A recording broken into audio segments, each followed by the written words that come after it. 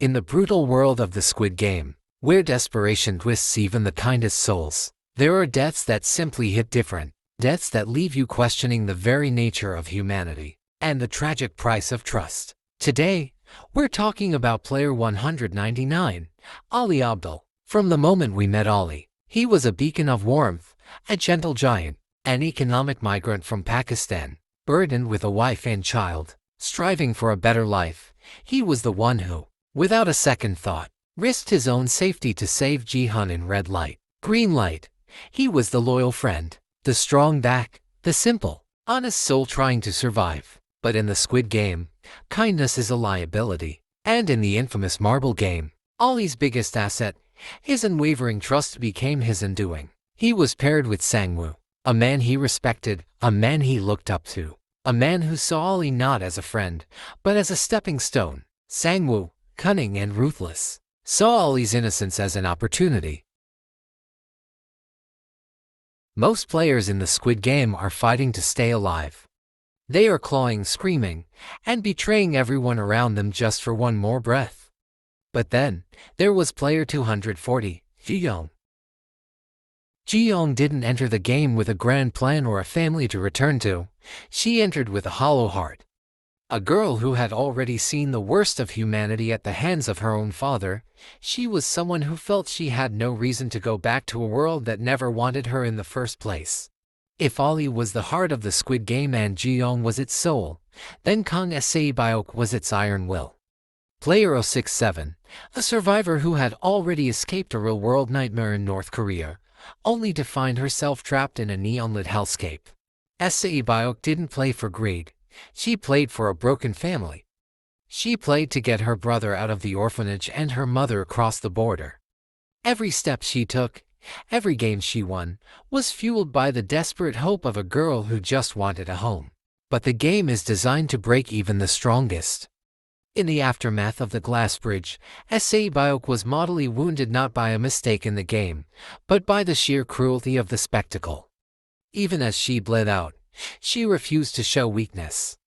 She sat at that final dinner, a silent ghost at the table, clutching a knife not for murder, but for protection. In her final moments, the loner finally let someone in. She made Gi-hun promise to look after her family. It was the first and last time we saw her truly vulnerable. She wasn't a competitor anymore. She was just a sister terrified for her brother's future. In Squid Game, we talk a lot about the players who were murdered by the guards or betrayed by their friends. But there is one death that feels like the ultimate indictment of the system.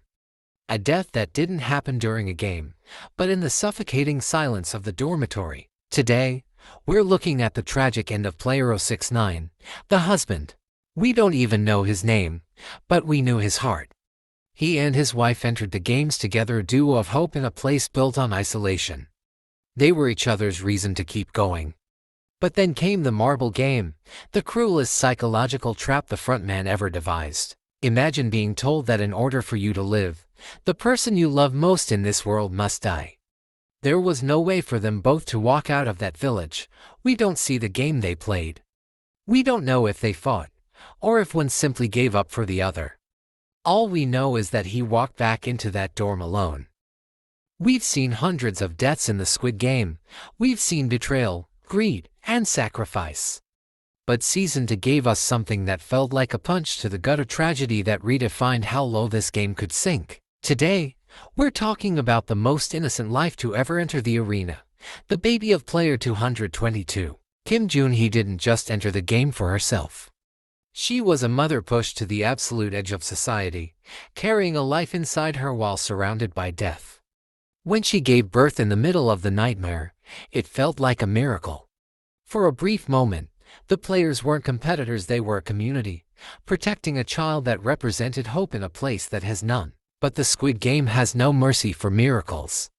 In Episode 6, the Mingle Game forced players into groups of specific numbers. It was math turned into a massacre. Jun-hee was faced with an impossible choice: try to save herself, or ensure her baby was protected in the chaos. In Season 2, we met a lot of players who were just trying to survive. But player 246 Kyung-seok was different. He wasn't just trying to survive the games. He was trying to reclaim his humanity from the people running them. Kyung-seok entered the games for a reason we've heard before, a dying child.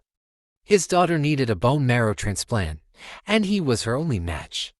But to save her, he needed money he didn't have. He wasn't a gambler or a criminal.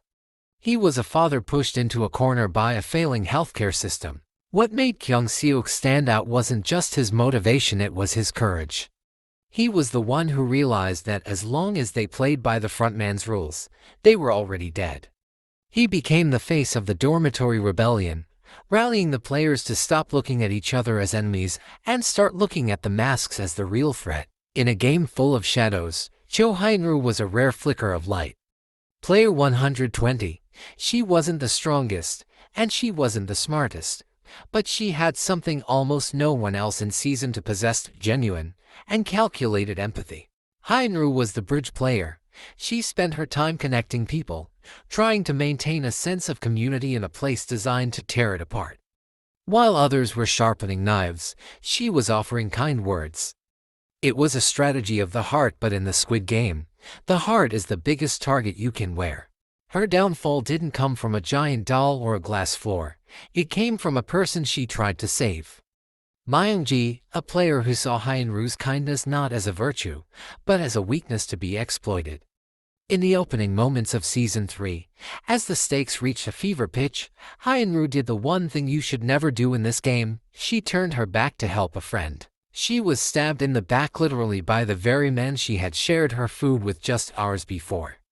It was a cold, calculated move by Myung-ji to eliminate a weak link and thin the herd. But as Hyun-ju collapsed, the look in her eyes wasn't just pain. It was the crushing weight of realizing that her belief in people was the very thing that killed her.